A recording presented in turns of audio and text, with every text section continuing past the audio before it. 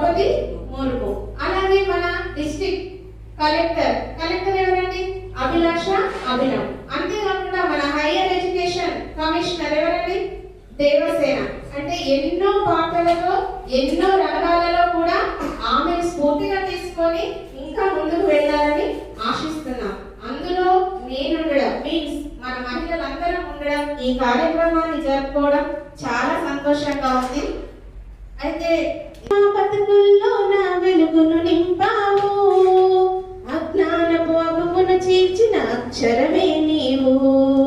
చీకటి మా బతుకుల్లో నా వెలుగును నింపావు, అజ్ఞానపు అలుగును చీల్చిన అక్షరమే నీవు.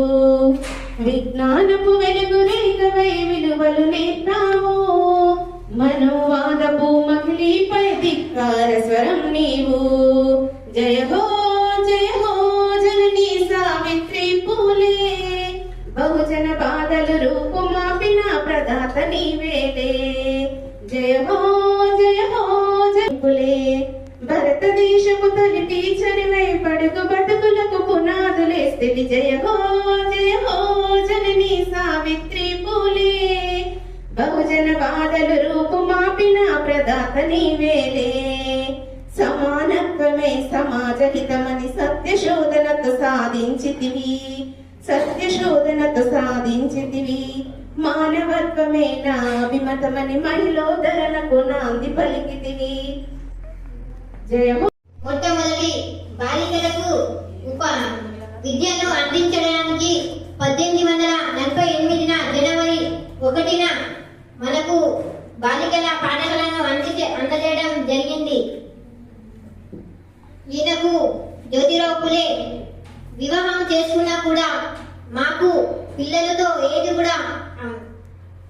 కూడా ఆశ లేకున్నా మా భారతదేశంలో అందరూ బాలికలు మరియు బాలురు అందరూ మా వల్లే అనుకొని హక్కుతో ముందుకొచ్చి మా అందరికీ విద్యను సాయంగా మొదటిసారి బాలికల పాఠశాలను ప్రారంభించడం జరిగింది. అయితే అంతకే కాకుండా ఇప్పుడు ఉన్న మహిళా సంఘాలు ఎలా ఉన్నాయో కానీ 200 సంవత్సరాల క్రితమే తను మహిళా సంఘాలని ఏర్పాటు చేయడం జరిగింది. అది ఎవరి సపోర్ట్ ద్వారా? కేవలం మొట్టమొదటి సంఘటన ఇది చెప్పుకోవడం జరుగుతుంది.